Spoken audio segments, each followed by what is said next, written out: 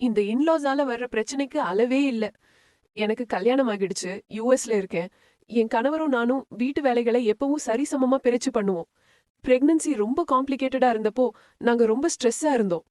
ஆனா ஒருத்தருக்கு ஒருத்தர் சப்போர்ட் பண்ணி எல்லாத்தையும் மேனேஜ் பண்ணோம். யாரு அதிகம் செய்றாங்கன்னு ஒரு காம்படிஷனே இருந்ததில்ல. உண்மையில குழந்தை உலகத்துக்கு வர நான் எவ்ளோ பிசிக்கல் ஸ்ட்ரெஸ் அனுபவிச்சேன்னு அவர் சொல்லுவார். இது அவர் பண்றதுல ரொம்ப கம்மிதான்னு சொல்லுவார். ஆனா என் இன்லாஸ் இந்தியால இருந்து வந்த அப்புறம் எல்லாமே மாறிடுச்சு. அவங்களுக்கு எங்க லைஃப் ஸ்டைல் புடிக்கல.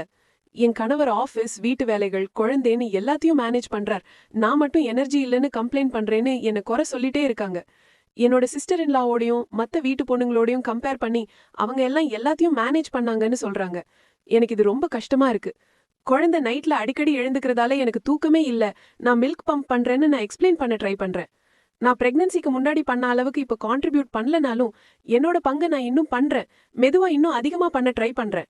குழந்தை பிறந்து 3 மாசம் தான் ஆகுது. அவர் இப்போ அதிகமா பண்ணாலும் அது ஏன் ஒரு பிரச்சனையா இருக்கணும்? நாங்க சந்தோஷமா இருந்தோம். எங்க வழியில நாங்க மேனேஜ் பண்ணிட்டு இருந்தோம். அவங்க ஏன் இன்டர்ஃபியர் பண்ணணும்னு எனக்கு புரியல. முதல்ல என் கணவர் எனக்கு சப்போர்ட் பண்ணார். ஆனா டெய்லி கம்ப்ளைண்ட்ஸ் கேட்டு கேட்டு அவர் மெதுவா இரிட்டேட் ஆக ஆரம்பிச்சிட்டார். என்னை இன்னும் சீக்கிரம் எழுந்து அதிகமா வேலை செய்ய சொல்றார். அப்பதான் அவர் பேரண்ட்ஸ் என்ன ட்ரஸ்ட் பண்ணுவாங்களாம். அவங்க வார்த்தைகளால அவரை பாய்சன் பண்றதுதான் எனக்கு ரொம்ப வலிக்குது. உண்மையில அவங்க எவ்ளோ என்ன குறை சொல்றாங்களோ அவ்வளோ நான் ஓவர்வெல்ம்ட் ஆகி இரிட்டேட் ஆகுறேன். நான் ஏற்கனவே எக்ஸாஸ்டட் ஆகிட்டேன். என்னோட பெஸ்ட் குடுத்துட்டு இருக்கேன். குழந்தை பிறந்த அப்புறம் ஹீல் ஆக டைம் எடுக்கும்னு அவங்க புரிஞ்சுக்கணும்னு நான் ஆசைப்படுறேன். நான் இமோஷனலி ட்ரெயின்ட் ஆகி ஃபெட் அப் ஆகிட்டேன். இந்த மாதிரி சிச்சுவேஷன்ல உங்க இன்லாஸும் இன்டர்ஃபியர் பண்ணிருக்காங்களா? நீங்க எப்படி ஹேண்டில்